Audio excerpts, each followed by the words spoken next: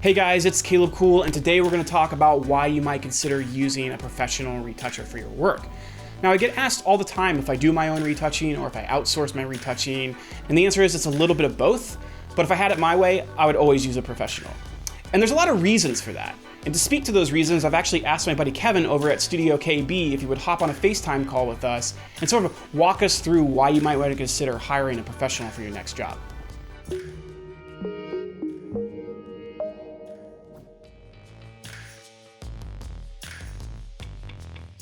All right, we're here with Kevin. Hey, Kevin, how's it going? Good, good. How you doing, Caleb? I'm doing well, man. I started to do this thing where I'm trying to get a lot of feedback from fellow photographers and just people in my community. And one of the questions that kept coming up was, why use a retoucher, or do I use a retoucher in general? So I just want to kind of go over that with you. But I mean, first off, just go ahead and introduce yourself, give us a little bit about your background, and how you got into this whole thing. Okay, yeah. So, I mean, background goes way back. So I started drawing when I was about 11, 12, drawing with colored pencils, as you imagine, Dungeons and Dragons posters, dragons and warriors. Nice. And I started compositing them. I started taking a warrior from one, I started taking the dragon from another and putting them together and trying to make them look as realistic as possible for Dungeons and Dragons. Wow. So, yeah. That's amazing. It's actually crazy. Like, one of my teachers picked up one of my drawings and stopped the whole class. I think it was like an English class, and had this long speech on like how nice it was and whatever. So I didn't have a lot of things going on at the time, so I was like, I'm gonna go with this. And so I kept going in that direction. So I ended up going with like pastels and then oil paints, and then I ended up going to college for drawing and painting. And then at the end of college, my parents were like, of course, you probably need to do something to get a job. So I took a Photoshop class and ended up really enjoying it. And it was an easy switch. It was a switch from basically painting to digital, and I was doing basically the same thing. I was just compositing different elements and trying to make it look as real as possible. So messing with perspective and light and color and all that kind of stuff. So it translated quite nicely into the career that I'm in now, actually. That's amazing, dude. Yeah, your stuff, it's just, I mean, every time I look at it, I'm like, dang, dude, you have a great eye, and I just appreciate the work that you do. So, Thank you so much. Another question I have for you was, why use a retoucher? I mean, I'm a retoucher, and, a lot of photographers are out there. This is one question I get, hey, why would I pay someone to, retouch the stuff when I can do it myself? So I guess my question is for you, why use a retoucher, and what do you feel you bring to the overall project, and what is your value to say, a photo campaign?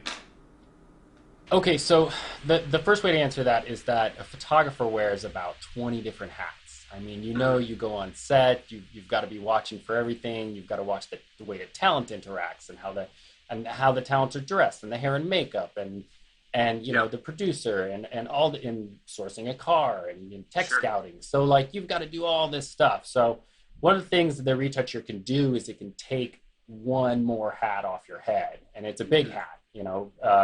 For these kind of productions and automotive retouching, the retouching can go on for the next month. You could actually shoot 2 days, and I could be retouching it for a whole month. So it does take that extra hat off your head. Now, what I can offer also is the expertise, all the hours of work putting in to become an expert. I can take that off you as well, and then do that, and then add a little bit extra, because it's hard to be an expert in everything. Yeah. So, being a photographer is one thing, but creating the correct shadow and looking at the perspective to get that shadow just right, and knowing the shadow is made up of a core shadow and an ambient shadow and a contact shadow, doing all that kind of stuff, getting the color right for it. It's a tough thing to do. It takes some art, it takes some time and expertise. And that's one thing that you don't necessarily have to do. I've worked with actually great, super famous photographers, and they could retouch too, and they could do their own stuff, but a lot of times they would just miss little things because they're not doing it all the time. It's not that they don't know how to do it or they can't do it. It's just that, it's not their main thing in their wheelhouse. Yeah, for sure. I mean, I think one thing I've noticed, even doing a lot of my own retouching work over the years, as I've started to shoot, bigger campaigns and the demand for assets within those campaigns, sometimes you'll have, oh, we have 40 images that have to get turned over, So if I'm doing the shooting and I'm doing the retouching on top of it, it's, dude, man, the hour, like just the sheer amount of manpower that it takes to churn through that stuff can be astronomical. And then that takes us as photographers away from the things that we really need to be focusing on, which is writing treatments, going out there, hustling, churning up business, just getting work, and doing tests and all that stuff. So from my perspective, like, I totally get it. I don't think I got it as much when I was a little bit younger. I was like, I can do this, I can do this, I can do everything, But you're totally right, man. And especially with someone like you made note of the shadow details and all that stuff. A lot of stuff that stuff takes years to develop. I mean, I have a little bit of a background in retouching, so I understand it, but not nearly to the extent that I'm sure you do. And that stuff just isn't. It takes time to develop. And so I appreciate you speaking to that. Another question I had for you. Just give us a breakdown. Like, what is your process from the first initial email, the whole bidding process, the from delivering the files, like, just kind of walk us through that whole process. Okay. So generally, I'll get a call or I'll get emails from photographers or agencies, kind of saying, okay, we want to bring you in on a project, or we've got this project coming up. We want to get an estimate or a bid from you.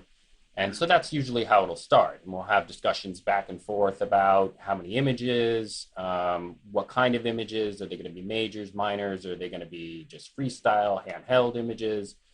And then so from there, I can usually get a cost analysis of how many hours and how much time it's going to take to go ahead and composite these images, or just do cleanup retouching, depending on what the image is. So that's how it usually starts. There's definitely some back and forth and on that end of it. Once the projects are awarded and you get the project, then the photographer, of course, goes out and shoots it. And generally, I'll get images back at my office. Now, sometimes if it's a tight deadline, I'll go ahead and work on set. So I'll work in the back of the trailer, get to know the makeup and hairstylist very well, because we're stuck back there. All right. Tight quarters, dude. Yeah. So anyway, I'll retouch back there if it's really tight, because then the photographer can go ahead and give me the info I need to get started right away. The art director's right there that can answer questions right away, so we can just hit the ground running and get it out. Yeah, that's a huge asset. Oh yeah. It's great, and deadlines are crazy tight almost all the time now. They're crazy. It's insane. Tight. It's absolutely insane. Half the time I'm like, are you guys serious? Are you really? I don't think they understand what it takes to turn this stuff out, dude. It's absolutely ridiculous sometimes. Yeah. So from there, I get the files, take them back to my office, and I'll start basically triaging what needs to get done first, set up a schedule, break out Excel.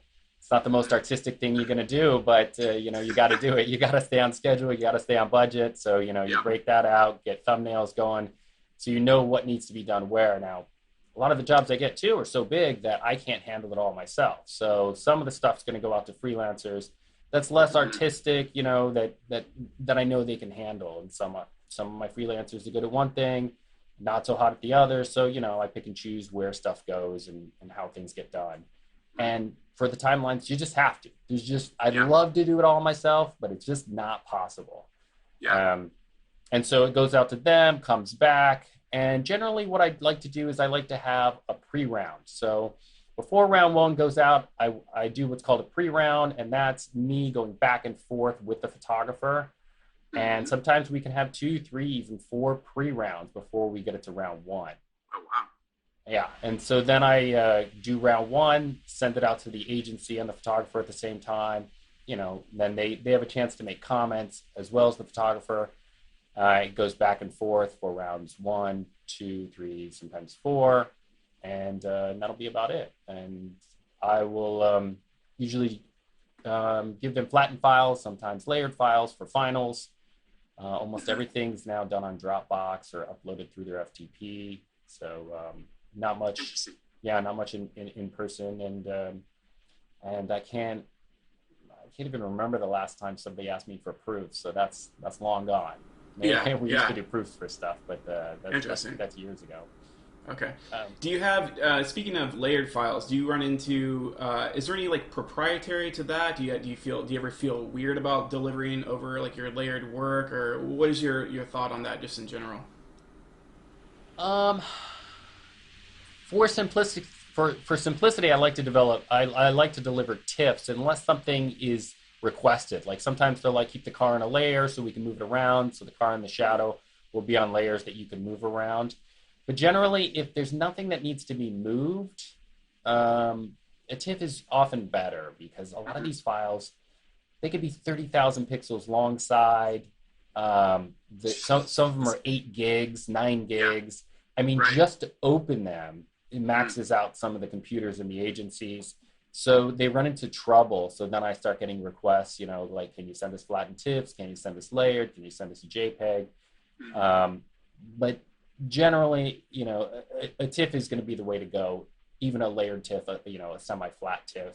And I mean, if it's that big too, I can't give you a full res file because I need to be flattening it as I go, the Yeah. layers that I don't think I'll use again and saving different versions. So, so I can use my computer. So it's not just like, Yeah.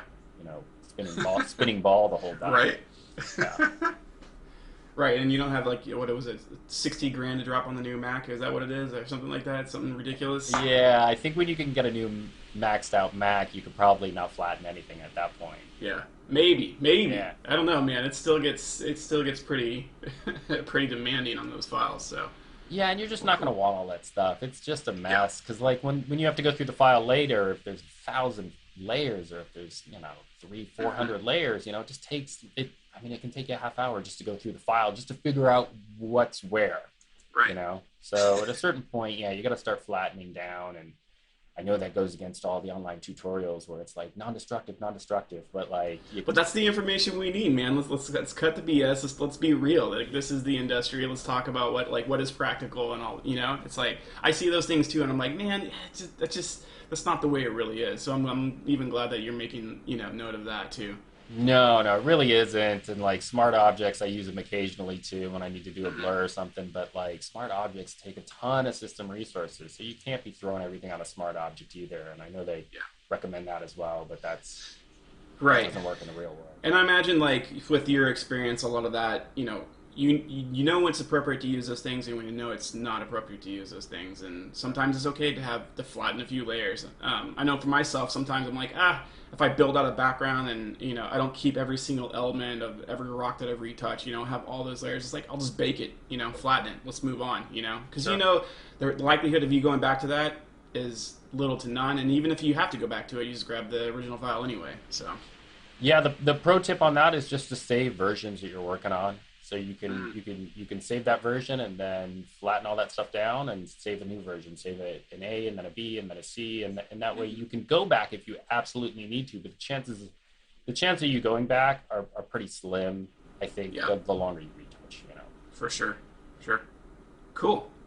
Well, walk us through a process here. I have a shoot that I had done about a year ago, and it was just a broadcast shoot, so I didn't have you know, it wasn't. I didn't own the set, so I wasn't able to sit there locked down, get polarizer plates of everything.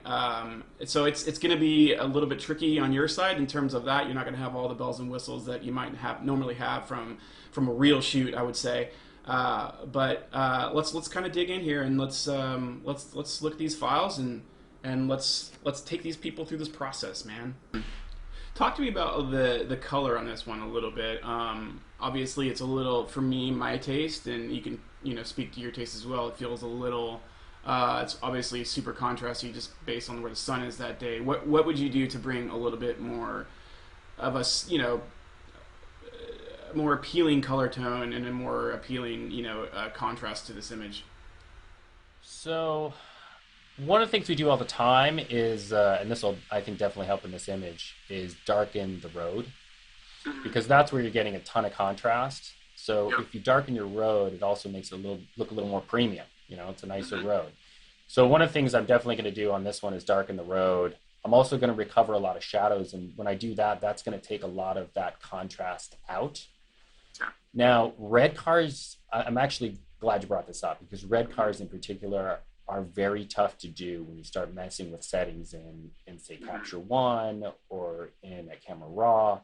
It can really mess up your tonal range in the red and flatten everything out. And I've had that happen. I've had somebody give me tips before with that happened, and it went all the way to client with the round one, and the client hated it, and I implored them to give me raws, and I realized once I had the raws that there was a bunch of camera recovery on it. So they were trying to get the highlights back, or they were trying to get shadows back, and it totally messed up the red. Flattened up, making it look gross. Yeah, so I just basically stripped all that off and went from scratch on the red. Now the background, it looked great for that. So the background was fine to keep those recoveries on. Before that red, we stripped them all off. So I think in this particular case, we're going to probably run into the same thing where the reds kind of need to stay the way they are, or maybe they can lighten a little bit, or we can do different things with them. But when we start doing recoveries, say for the road or for the shadows on the trees, we're not going to be able to mess with that red too much. So that's part of the job of retouchers, to cut that car out. Yep. And if you're not, reds are. Yeah, and I would say reds especially are it's a tricky color, man, especially when it comes to cars. Blues, greens, those are great to work with, but reds, for whatever reason, I think I've always found, red to be a really difficult color to make really look nice and really pop. For me, it's what divides like amateur retouchers and pro retouchers is how their ability to handle reds, especially on sheet metal. I agree. There are tricky things with reds too. A lot of times when you're shooting on a nice blue sky, you're shooting out in the open at sunlight, like this shot right here, you're going to get the blue going over the red, which is going to inevitably make like a pink, and they hate it. They don't like pink. So that's one of the tricks that you're going to have to do, and kind of, if you've been in the game long enough, you can't keep those reflections pink. You're going to have to mess with them. Yep. They are realistic, but they just don't like them. So anyway, going back to your original question, one other thing too I would probably do, it is midday, the sun's going to be high in the sky, but I would probably, and this is going to be artificial, but I think it looks nice, is to add some kind of soft gradient flare to the top, something yellow, orange, or whatever, that not too saturated, but enough that, just gives a little highlight, and it's something very subtle that'll help, like, get you away from such a contrasty area. And the setting sun in 4260 is so nice. That one I like in particular, probably more than the other ones, because we do have good light on the car. We do have that good sky reflection, so we'd have to see what we could bring in down below. Okay. We'd also, obviously we're gonna delete that drone in the sky. But I'd like to see how much detail I can get on the side of the mountain there, or the rocks on both sides, and see if we can get that. And then we'd probably clean up the bottom right and either keep it gravel just going forward, and so just kind of eliminate any pavement that was there. I think that would help. So like you've got dark on both sides of the car, you got the car on the road, and then you've got this fantastic sunset. And I think we'd also add some flare, maybe a little flare coming off that sunset, or especially on the rock. Maybe it gets a little to the car, but maybe some yellow orange on the rock next to the sun. These are some of my favorites, to be honest. This whole little set here. The time of day, the location. I mean, I feel like we can get some really great images out of these. So I'm really curious to see what you have to say about these. Definitely. Okay, so let's go through with my notes here. Okay, so my first note right off the bat was that some of the detail shots are great, but I don't think I'm going to be able to add too much because they are great. I mean, there's not too much to do there. I mean, I can take out some extraneous reflections or do some cleaning, but I didn't. And we can go back in and look at those at a later date. But I didn't actually stop on them too much because they're not hero shots. They're going to take huge composites.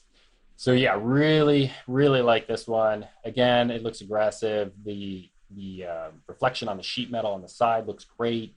We're going to need to bring back some of the light and sheet metal in the front. The rocks that are tangent to it, so the rock coming off the hood and the one coming off the rear, those I'd probably remove. The shadow, I think, looks great in the foreground. It really kind of sandwiches the car there. Yeah. I think the sky could get a tad darker, at least on the left side. Yeah. And I think the rock behind the car, the way it's contacting the car up by the hood, I think we can adjust that. It's a little funky, yeah. It is. So that needs to be moved a little bit. The fence is going to come out. Mm-hmm. The barrier at least needs to be cleaned up. I'm not quite sure what we're going to do there. I think there's some trash back there too. Of course, we'll clean that up. And this one does have extensions. I think you went left and right on it. I did, yeah, on this one. Yeah, so the right one, I'm not sure how much we're going to use of that. The left one, I definitely want to use because I want to get more ocean involved in it. Yeah, I was gonna say too on this one. What do you feel about bringing that? Because it was kind of like a ramp up. Like you pull in, and it's almost like a barrier there as you're looking out towards the ocean. So you have this where that second rock is on the left there, that smaller rock with that bush. What do you feel about bringing that whole horizon line or that whole rock line down to maybe underneath the headlight quite a bit? You know what I'm saying? So you see more ocean as opposed to this is mass rock right there. Yeah, I agree completely. Yeah, so that's a great idea. Let's definitely move that one down. I'll delete the rock in the bush and just move that whole thing down. I think you've got other shots that are looking down on the ocean more, so we can grab from those. Yeah, so the light hitting the side of the car, love that. The car in the front's a little dark, but we'll recover that. Like the light going from left to right. Here's another thing with automotive retouching is that the hood has room. There's no tangents like there's not a telephone pole or something crazy coming out of the hood. So there's nice room there. For me, the parking, I don't know, barriers or whatever you call those, I actually like it because it helps with the perspective. But what do you think? What's your take on them? No, I'm fine with that. I might just straighten that one that's off kilter, but that would be my only note, and not that way they're at least uniform. Yeah. But yeah, I think if that's uniform, it actually it's a nice leading line as well. So what I immediately thought of when I saw this fog is that these would be great to show. Well, I don't know. What we could do is we could try it on one, but what I was thinking immediately was like blue hour. Getting up early. Going for this crazy drive up to the vineyards to go wine tasting for the day or something like that. So that was the narrative I had in my head. So some of these I think can be pushed to blue hour, and then the series would basically use blue hour for morning shots and a little bit darker, and then as the sun comes out, we're going to have sunny shots with blue skies at the end. 5407. I like the light on the side of the car. Background needs some kind of extension. Probably. Definitely does. Yeah, so if we can take the extra shots and see a little bit of farther left, see how that hill slopes down into the valley, that would be ideal. Yeah, definitely. I mean, this is great for profile too because you have that you have a lot of flexibility in just clipping the line right where the road is and essentially replacing the background if you need to build out. Yeah, exactly. And then the foreground too, we have a ton of blurred vineyard. That you were standing, and so we can put some of that in the foreground as well. Okay, so the first one on this one is 5949. Okay. And so immediately you're probably like, hey, the roof's tangenting with that hill. Yep. First thing I see. Exactly. So I did pick another one. I think we can fix it with 5946. Okay. Just bring it up over it. Yeah, so we've got room on the hill there, so we can change the hill. We can either contact the hill lower to the car, or we can move the hill up so it's above. I'd probably move it up over. So we have enough room, so there's nice little parentheses around the car. This one is, I would assume, is going to need a foreground element of some kind. So we'll have to take a look at that and see what we have there. I think the next one too, it's kind of zoomed out so you can see a little bit, so we can kind of build out the background a little more. I like the dust that's in the air. Yes. This one could get away with a rig. We could do a virtual rig on it. Throw a little more dust in there. Yeah, and then throw some more dust in there. I like it. Bring out some a little more detail in the front, of course, with a little recovery. Okay, so 5929. Okay. Okay, so we've got another straight on shot, and like the lighting on this one. This one is one that you could, use your virtual rig on as well, because it's on a road. I wouldn't virtual rig it too much, and I would definitely darken this road. It's a little bright, but we could do that. Just a slight motion to it, huh? Yeah, because I don't want to blur the background too much. I love the background. I kind of want to bring that out a little bit more, maybe darken the sky. In fact, the whole shot probably needs to come down a little bit, the sides of the sheet metal. So probably cut the car out, maybe the shadow, and bring everything else down. Let's see, 5921, use extensions 5923 and 5922. So we do have extensions right and left, which is great. Awesome. Yeah, you can see the vineyard lines to the right. And to the left, you just see a little more vineyard. It gives some more room to the car, and here's a pro tip for the viewers out there. Yeah.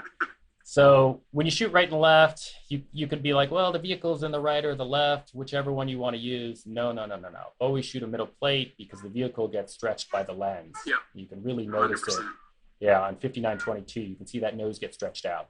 So yeah, we'll definitely use the vehicle from the middle plate. We'll bring up the shadows on the side.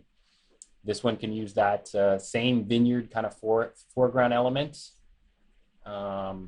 You can see a little bit of that in 5867, but maybe some of that blurred green, or maybe less blurred than that one, but something in the foreground to kind of take your eye off the ditch. 6173 is the wheel shot. Yeah. So we got a great steering wheel shot. Love it. Love the light on it. Steering wheel. So that shot looks great. There's not too much to say. I mean, we've got to bring up the shadows and then maybe do some recovery on the window, but not too much. I mean, if you start recovering that too much, it starts looking HDR, and I kind of hate that look. Yeah. The full dash shot, 6113. I know you opened the door to put more light on the seat, the passenger seat, so I'd probably use some of that for the passenger seat. Another pro tip is that, I looked through this last night and the day before. A great thing, and the photographers always advise this, is to take a week. If you have that kind of deadline, take a week and then look at them again. Yeah. And I just did this for another project. I had a little project of my daughter at the Aquarium of the Pacific, before the lockdown. And I picked my selects, and then I waited a week and picked different selects, and then I waited a month, and then I came back and picked, a couple other ones that I didn't pick. Yeah. Definitely giving your eyes a rest is something that cannot be understated. For me, it's if I'm looking at even making selections, even retouching, I have to just step away for a while, give myself 15, 20, 30 minutes.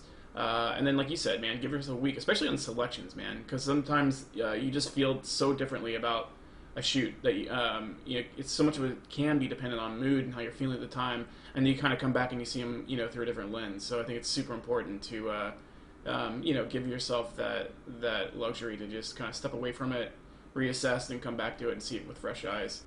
Thanks for doing this, man. I really appreciate it. I'm excited to see how these images turn out, and I'm excited to share just kind of this process with everyone, because I know for me as a photographer, especially coming up, I didn't know how any of this stuff worked. I didn't know what it was like to work with a retoucher, and what the process was. So for us to be able to shed light and kind of open that, that door to the rest of the community, I think is going to be a really cool thing.